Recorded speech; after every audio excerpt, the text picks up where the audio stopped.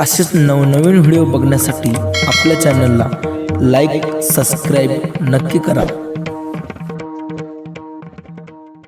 संसार सोडून आला असेल, पण देवा आम्ही संसार जाळून आलो, जाळून संसार देवा तू नुसता सोडला, आम्ही संसार जाळून तुझ्या भजनाला लागलेलो आहे.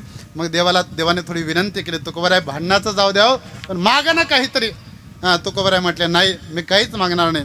मग देवानं तुकोबारायला सांगितलं, तुकाराम महाराज जर तुम्ही मागत नाही ना, मग आजपासून आपल्या चरणाची सेवा करायची नाही. काय करायचं? आपल्या चरणाची सेवा तुम्ही करायची नाही, अजिबात आपल्या चरणाला हात लावायचा नाही. आणि आजपासून अजिबात घेईन मी जन्म देखील तुमचे चरण, आता कुठे धावे म्हणा, हे असले अभंग अजिबात आजपासून म्हणायचे नाही.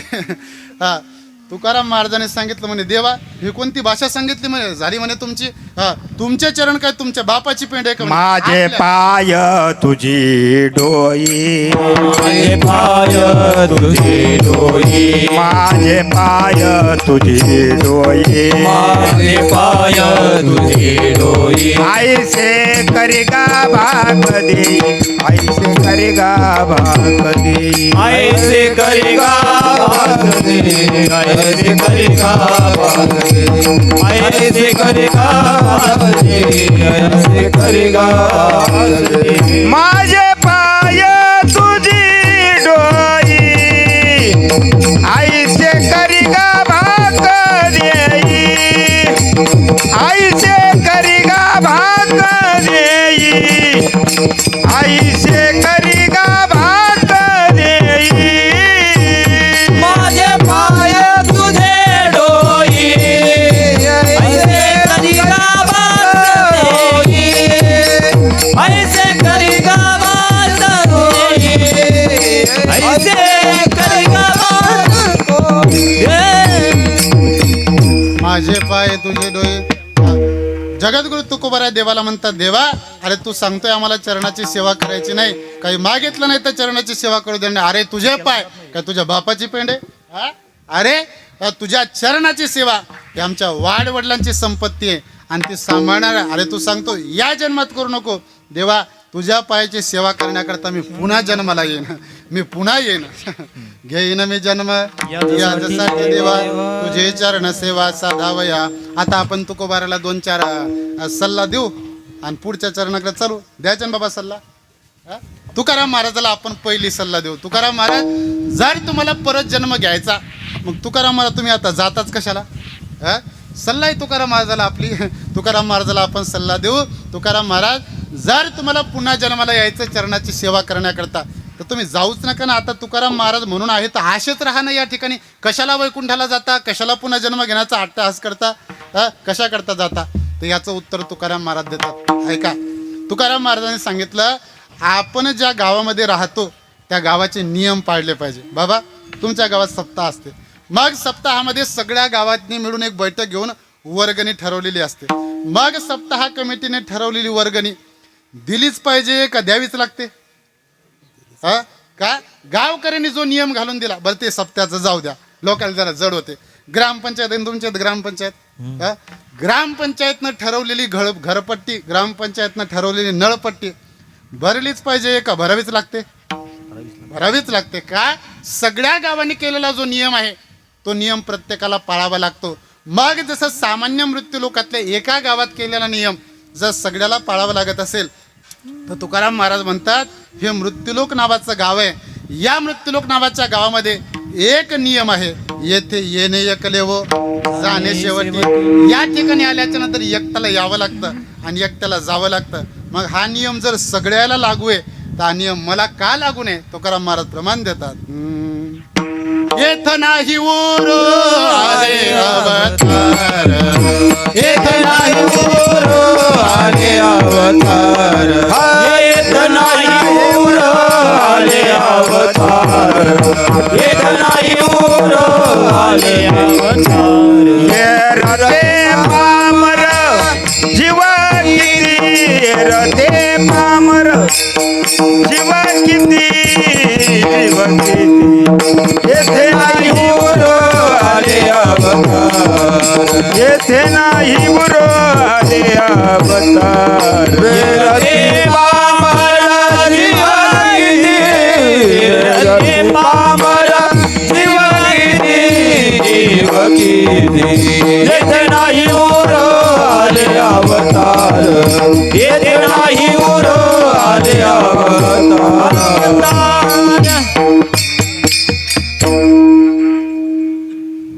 बाबा हा काय गुळ आहे, गुळ. हा गुळ जर बाजड महाराजांनी खाल्ला तर कसा लागल? कृष्ण महाराजांनी खाल्ला तर गोळच लागल.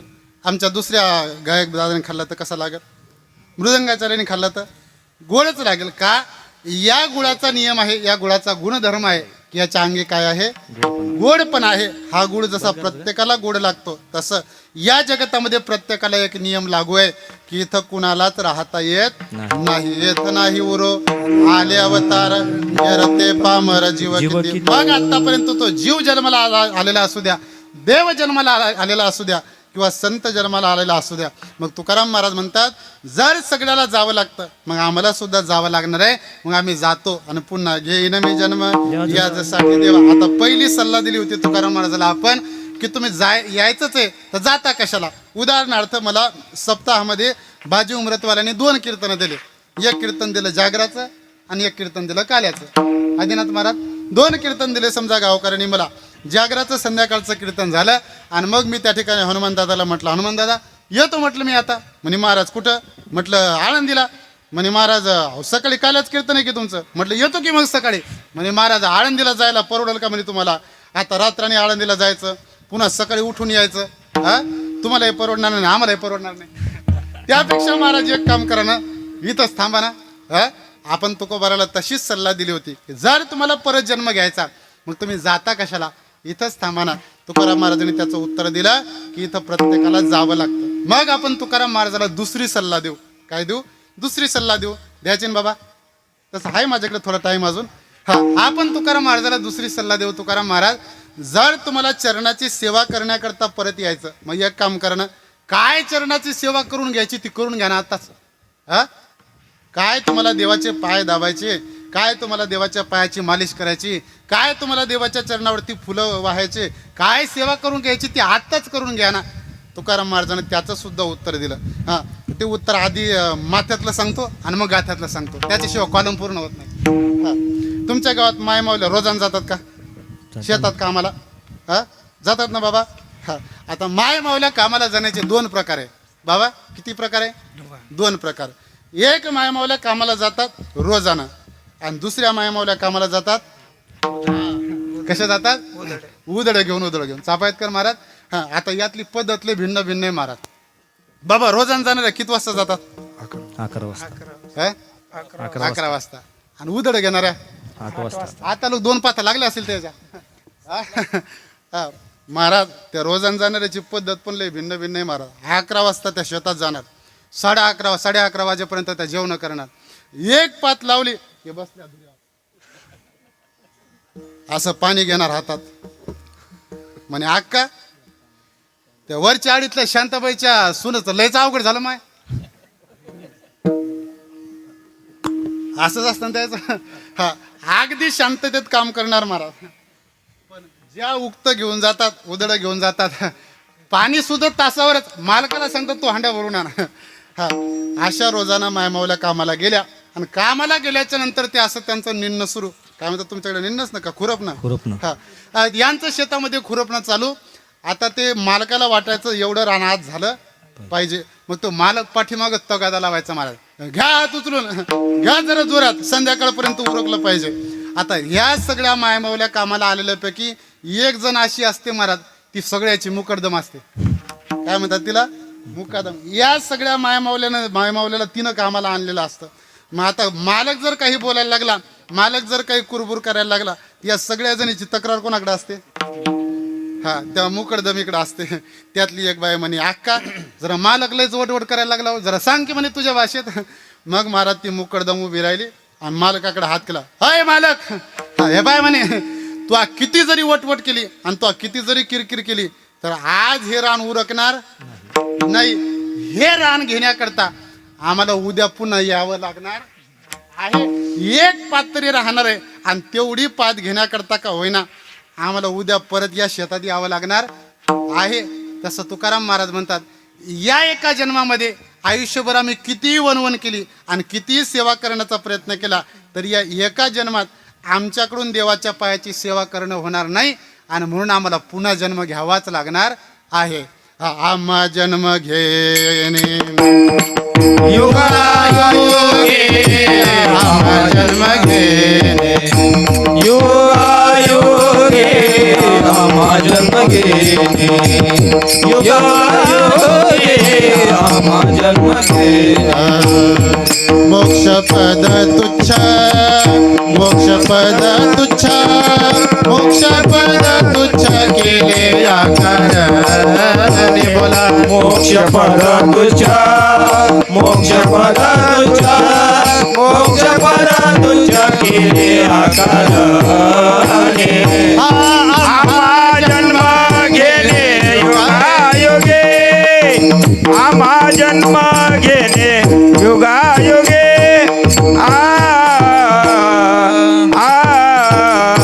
विटे ऐसे सुख विटे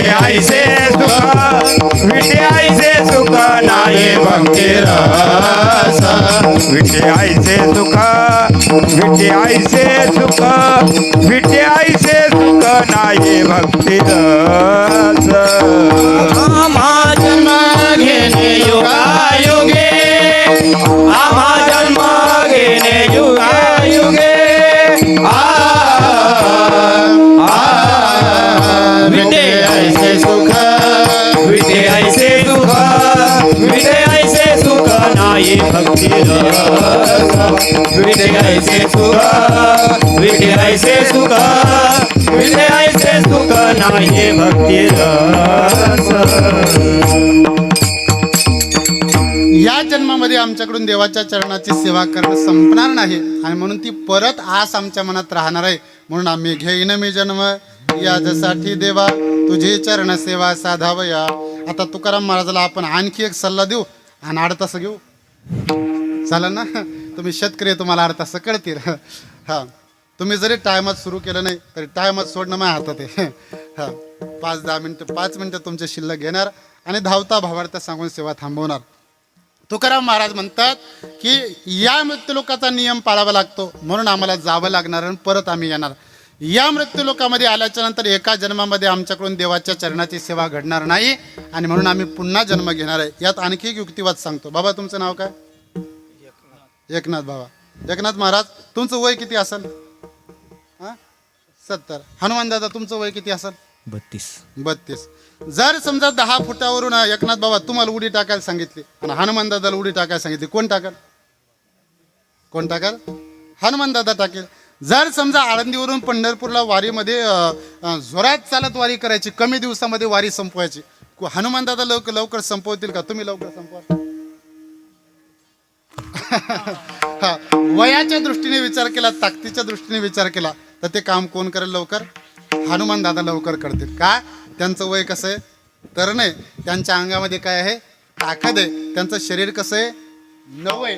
मग तुकाराम महाराज म्हणतात, जर व्यवहारामध्ये नव्या शरीराने चांगल्या जोमाने आणि चांगल्या ताकदीने काम होत असेल तर आमचा हा तुकाराम नावाचा देह हा आता जीर्ण झालेला आहे. आता आम्ही म्हातारे झालेलो आहे. हा देह आम्ही ठेवू आणि नवा देह याच्याकरता धारण करू की नव्या जोमाने आम्हाला सेवा करता येईल.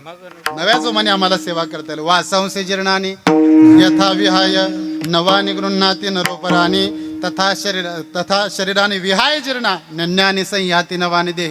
याच्यावर व्याख्यान करत असताना श्लोक एवढा, पण तुका ज्ञानोबारायांनी एकाच ओळीत व्याख्यान केलं महाराज. जैसे जीर्ण वस्त्र सांगीजे मग नूतन वेडीजे तैसे देहांतरा ते स्वीकारीजे चैतन्यनाथ. जुनं शरीर टाकायचं आणि नवं शरीर धारण करायचं, याला काय म्हणतात? याला काय म्हणतात? हा, नवा देह धारण करणं. मग तुकाराम महाराज म्हणतात, आम्ही सुद्धा हा देह सोडून देऊ आणि घेईन मी जन्म यासाठी देवा.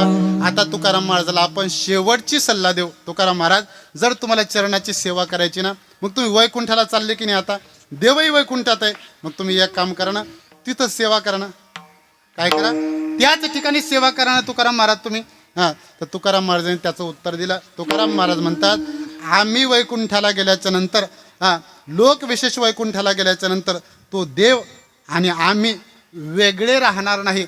आम्ही एक होऊ. त्या ठिकाणी गेल्याच्या नंतर आम्हाला मुक्ती प्राप्त होईल. स्वरूपता नावाची मुक्ती प्राप्त होईल. त्याचं आणि आमचं स्वरूप एक होईल. आणि दोघं जर एक झालो तर कोणाची सेवा करायची? बोला बोला. मीठ आणि पाणी एक झालं. हां, मीठ आणि पाणी एक झालं. मग मिठानं पाण्याची सेवा करायची का पाण्याने मिठाची सेवा करायची?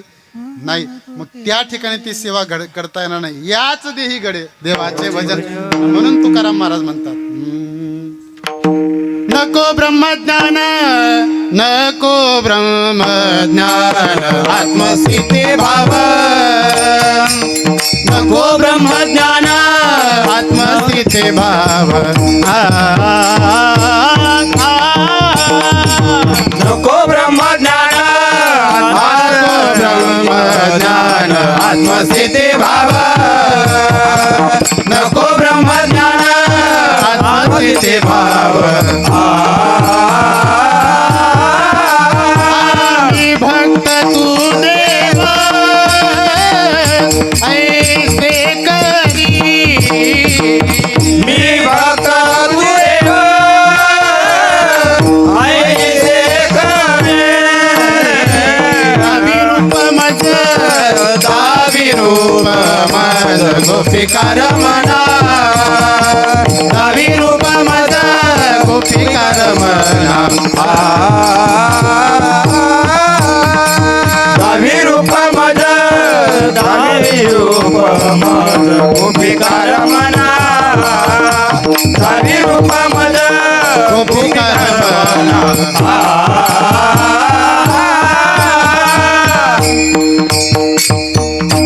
आम्हाला देव वेगळा ठेवायचा आहे आणि आम्हाला वेगळं राहायचंय, आणि ते फक्त या मृत्यू लोकातच शक्य होऊ शकतं. आणि म्हणून तुकाराम महाराज म्हणतात, घे न मे जन्म याच्यासाठी देवा, तुझी चरण सेवा साधावया देवा, तुझी चरण सेवा साधण्याकरता आम्ही जन्म घेऊ.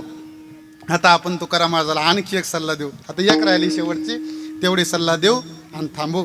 तुकाराम महाराजाला आपण विचारू, का हो तुकाराम महाराज, तुम्हाला हा व्यवहार पटते का? हा व्यवहार तुम्हाला परवडते का? हा, माणसाने व्यवहार कसा केला पाहिजे बाबा? कसा केला पाहिजे? परवडणारा व्यवहार केला पाहिजे. 200 किलोमीटर यायचं, हा 200 किलोमीटर यायचं, 200 किलोमीटरला व्यवहार करायचा. हा 500 रुपयाचं पेट्रोल घालायचं, 200 किलोमीटरला येऊन व्यवहार करायचा. काहीतरी वस्तू 200 रुपयात विकत घ्यायची आणि ती घरी नेऊन 100 विकायची. व्यवहार परवडेल का? व्यवहार परवडेल? तुम्हाला बाजी उमरतकरांना माझं, सर्वांना माझं आमंत्रण आहे. तुम्ही सगळ्यांनी उद्या सकाळी माझ्या घरी यायचं. तुम्हाला एक स्पेशल चहा पाजतो. येतात ना लाडक्या बहिणी हो? उद्या तुम्ही सगळ्यांनी माझ्या घरी यायचं, मी तुम्हाला एक स्पेशल चहा पाजतो. बाबा येसाल? एकनाथ बाबा येसाल? राजू भाऊ येसाल? नाही येणार का? व्यवहार परवडणारा नाही. आता माझं तुमच्या सगळ्याला आमंत्रण आहे. उद्या सकाळी तुम्ही सगळ्यांनी माझ्या घरी यायचं. माय मावल्याने 1 तोळ्याचं गंठण करतो आणि पुरुषाला 5 ग्रॅमची अंगठी करतो. आत्ताच गाडीत बसतील महाराज, इथलं जेवण सोडून देतील. हा व्यवहार कसा केला पाहिजे बाबा?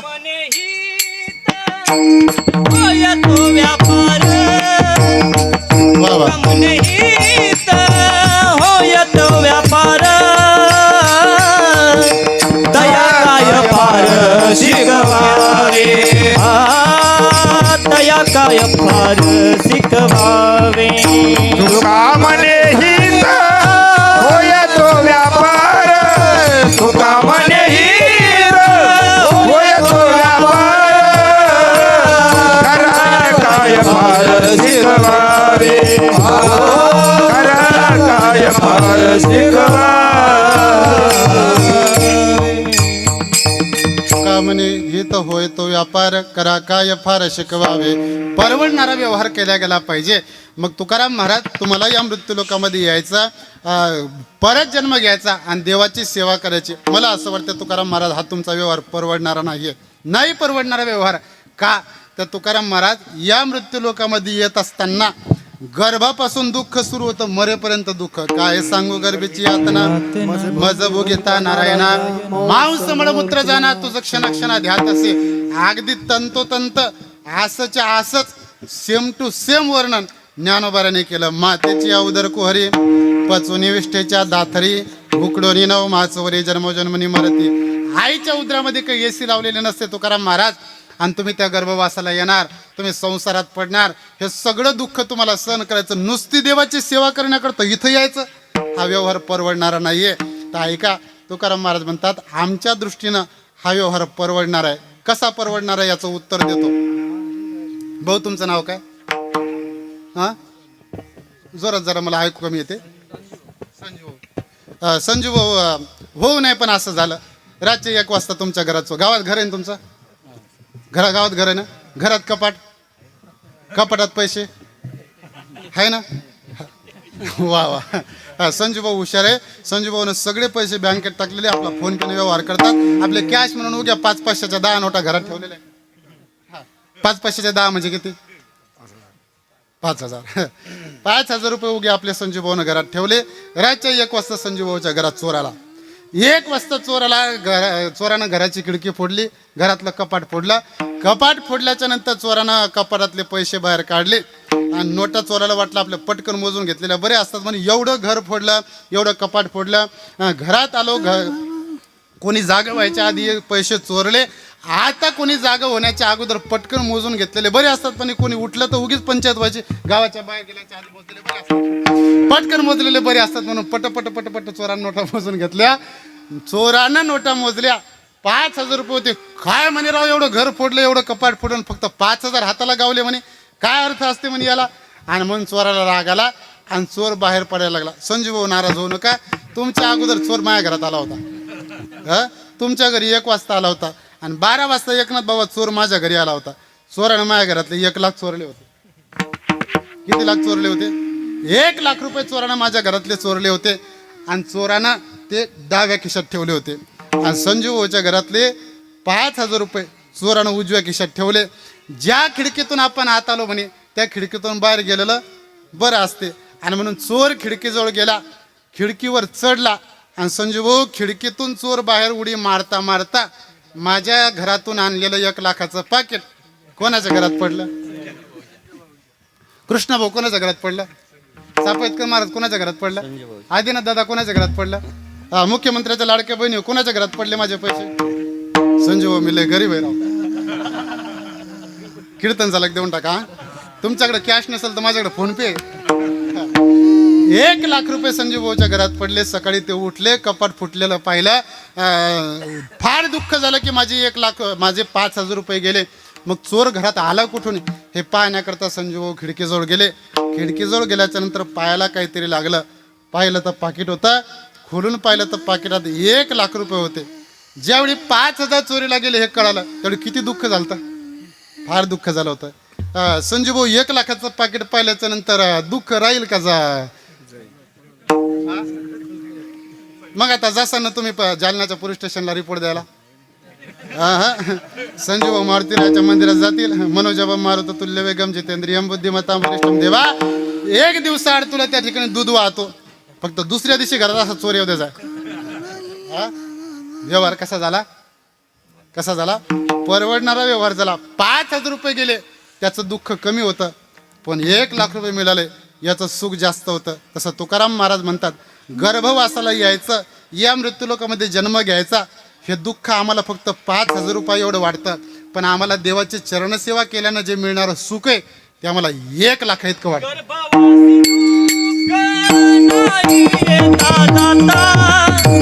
गर्भवासी दुःख नाही येता जाता. हृदयाचा नाम तुझे, हृदयाचा नाम तुझे. गर्भवासा दुःख नाही येता जाता. गर्भवासा दुःख नाही येता जाता. हृदयाचा नाम तुझे, हृदयाचा नाम तुझे. गोड प्रमाण महाराज, तंतोतंत प्रमाण. एखाद्या माणसानं कुऱ्हाडीला पाचर ठोकावी तसं तंतोतंत प्रमाण. पाचर जर ढिली बसली बाबा तर कुऱ्हाड सटकत असते. तसं आमचं कीर्तनकाराचं आहे, प्रमाण ढिलं बसलं कीर्तनकाराच्या आंगल्यात येत असते. न घ्याव तर देणारा राग आणि घ्याव तर सांगाव काय. पण हनुमानदादाने दिलेलं प्रमाण अगदी तंतोतंत. गर्भवासी दुःख नाही येता जाता. हृदयी असता नाम तुझे. देवा तुझ्या नामापुढे आम्हाला ते दुःख काही वाटत नाही. तुझ्या मुनिमुक्त झाले बेने गर्भवासा. आम्हा विष्णुदासा सुलभ तो. आम्हाला विष्णुदासाला तो गर्भवास सुलभ आहे. आम्हाला त्यातलं दुःख फक्त 5000 एवढं वाटतं, पण देवा तुझ्या चरणाची सेवा केल्याच्या नंतर मिळणारं सुख आम्हाला 1 लाखापेक्षा जास्त वाटतं. मग तुकाराम महाराज म्हणतात आम्ही एवढ्यावर थांबणार नाही. आम्ही इथं आलो, की तुझं हरी कीर्तन करू. अभंगाचं दुसरं. हरिनाम कीर्तन संताचे पूजन, हरिनाम कीर्तन संताचे पूजन, हरिनाम कीर्तन संताचे पूजन, हरिनाम कीर्तन संताचे पूजन. हो हरिनाम कीर्तन संताचे पूजन, हरिनाम कीर्तन संताचे पूजन, हरिनाम कीर्तन संताचे पूजन, हरिनाम कीर्तन संताचे पूजन, हरिनाम कीर्तन संताचे पूजन, हरिनाम कीर्तन संताचे पूजन, हरिनाम कीर्तन संताचे पूजन, हरिनाम कीर्तन संताचे पूजन, हरिनाम कीर्तन संताचे पूजन, हरिनाम कीर्तन संताचे पूजन, हरिनाम कीर्तन संताचे हरिनाम कीर्तन संताचे पूजन. घालू लोटांगण महाद्वारी, घालू लोटांगण महाद्वारी, घालू लोटांगण महाद्वारी, घालू लोटांगण महाद्वारी, घालू लोटांगण महाद्वारी, घालू लोटांगण महाद्वारी, घालू लोटांगण महाद्वारी, घालू लोटांगण महाद्वारी. हरिनाम कीर्तन संताचे पूजन, हरिनाम कीर्तन संताचे पूजन, हरिनाम कीर्तन संताचे पूजन, हरिनाम कीर्तन संताचे पूजन, हरिनाम कीर्तन संताचे पूजन, हरिनाम कीर्तन संताचे पूजन, हरिनाम कीर्तन संताचे पूजन, हरिनाम कीर्तन संताचे पूजन.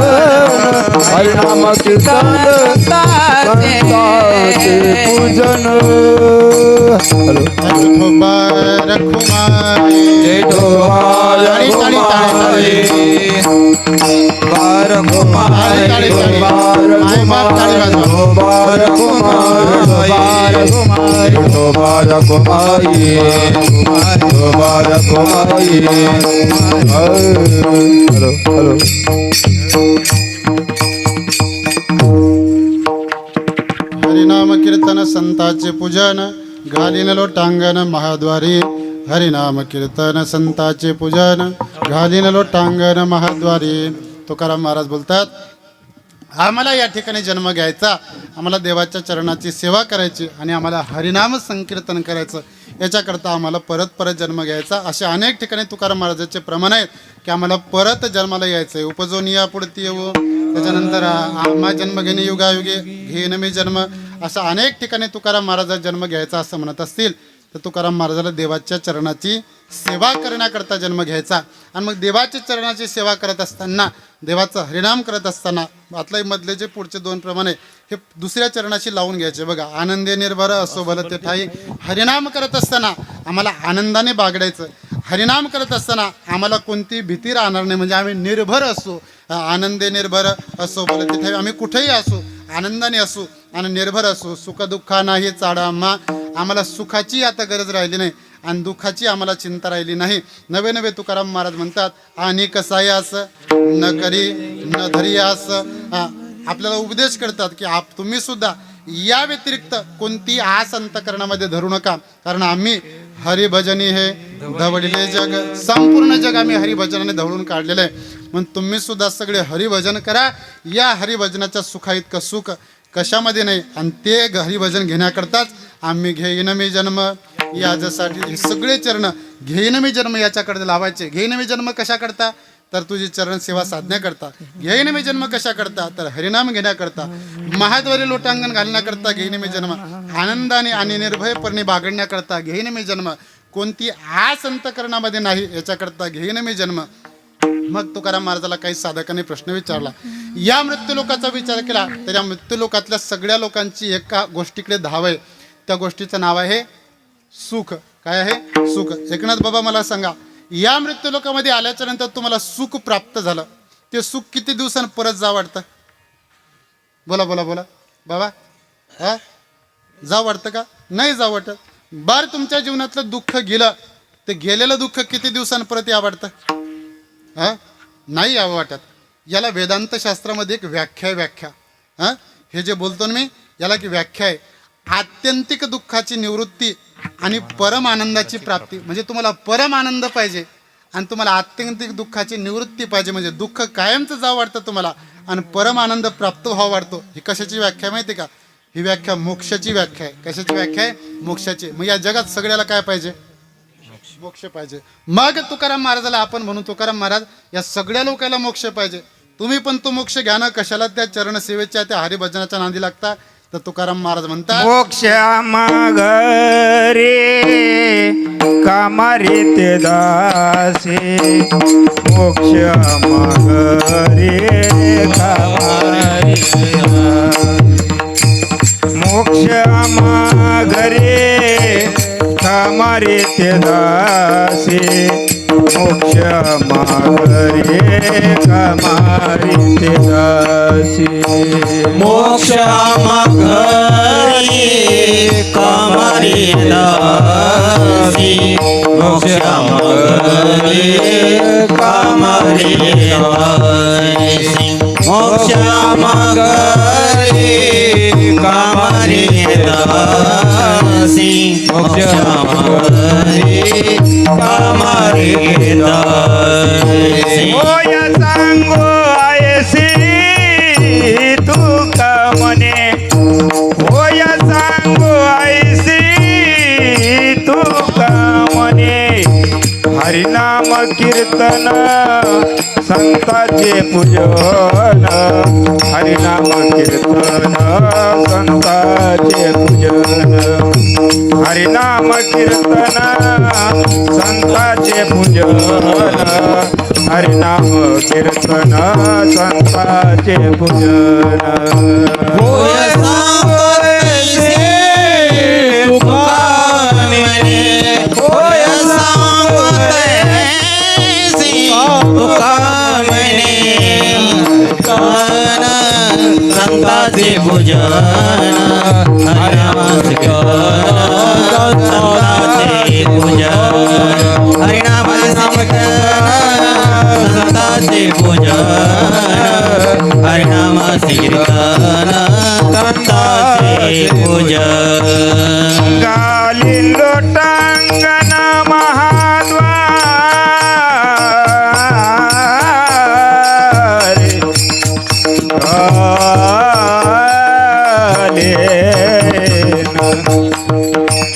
घाली लोटांगण महाद्वारे, घाली लोटांगण महाद्वारे,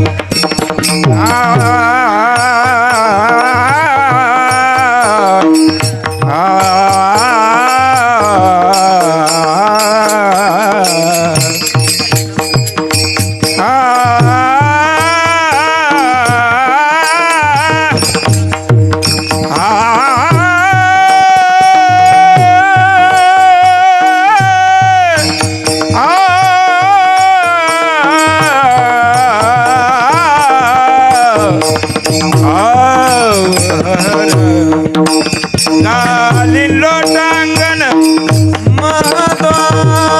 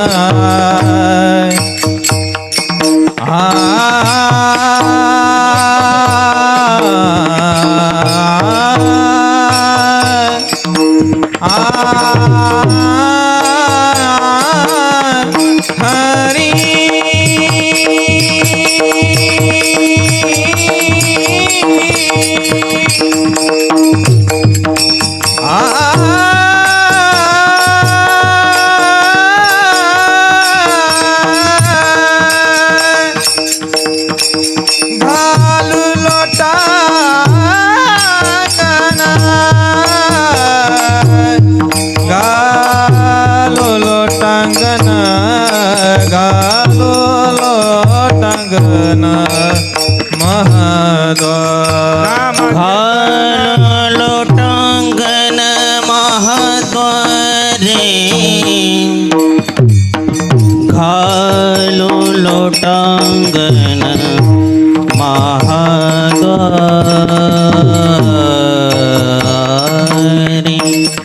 घालो लोटांगण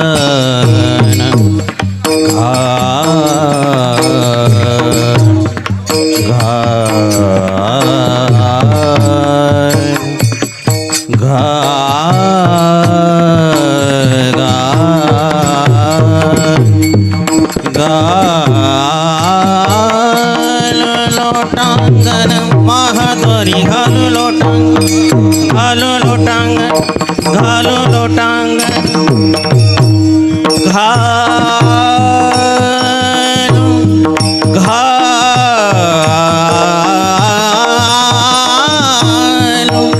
घालू लोटांगण महाद्वारी महाद्वारी महाद्वारी घालू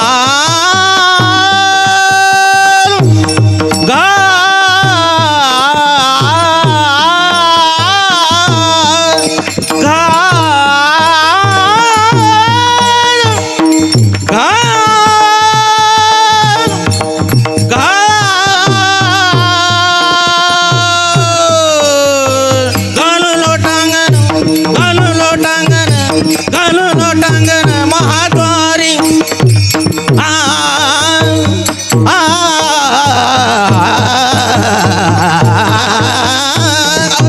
घालू घालू लोटांगण महाद्वारी महाद्वारी महाद्वारी घालू लोटांगण घालू लोटांगण महाद्वारी म्हणा हरिनाम कीर्तन संतांचे पूजन हरिनाम कीर्तन संतांचे पूजन हरिनाम कीर्तन संतांचे पूजन हरिनाम कीर्तन संतांचे पूजन मोक्षांबा घरी कामारी दासी होय सांगोयसे तुका म्हणे हरिनाम कीर्तन संतांचे पूजन घाणील लोटांगण महाद्वारी तुकोबाराय बोलतात की आम्हाला हा मोक्ष नकोय कारण तो आमच्या घरी काम करतोय असा अभंगाचा भावार्थ स्वानंद सुख निवासी गुरुनाम गुरु सद्गुरु जोग महाराज वारकरी शिक्षण संस्थेमध्ये मला शिकण्याचा योग प्राप्त झाला. याच अभ्यासाचा परिपाक आपल्यासमोर मांडण्याचा प्रयत्न केलेला आहे. जे काही योग्य होतं ते माझ्या गुरुवरांचं आहे. जे काही अपशब्द माझ्या मुखातून निघाले ते माझ्या बुद्धीचे वाणीचे दोष समजा आणि उदाहरण अंतकरणाने बाळक बापाचे ताटीने गे ते बापा त्याचे जेवू लागे की तो संतोषल्याने वेगे मुखाची ओढवे. मी वेडे वाकडे घास तुमच्या कानरूपी मुखात घालण्याचा प्रयत्न केला. तुम्ही उदार अंतकरण करून बापाच्या अंतकरणाने ते गोड मानून घेतले. तुमच्या मायबापांच्या चरणी नतमस्तक होतो. गोड असं या ठिकाणी हा उत्सव या सर्व डोंगरे परिवाराने आयोजित केला. मला असं वाटते बळीराम पाटील आणि कैलासवासी ताराबाई ज्या ठिकाणी असतील त्या ठिकाणून देवाला हीच प्रार्थना करत असतील, देवा आम्हाला सुद्धा हरिभक्ताच्या कुळामध्ये जन्माला घाल आणि आम्हाला तुझी चरणसेवा घडू दे. नवे नवे आम्ही हरिभजन करण्याकरता आम्हाला सुद्धा परत जन्म दे असं या ठिकाणी ते देवाकडे नक्कीच प्रार्थना करत असतील. आपण सुद्धा देवाच्या चरणी प्रार्थना करू की याच हरिभक्ताच्या कुळामध्ये त्यांना पुन्हा जन्माला येऊ दे आणि त्यांच्याकडून देवाची परत त्या ठिकाणी सेवा घडू दे अशी पांडुरंग परमात्म्या चरणी प्रार्थना करायची. सेवेला याच ठिकाणी पूर्ण विराम. ज्ञानेश्वर माऊली ज्ञानराज माऊली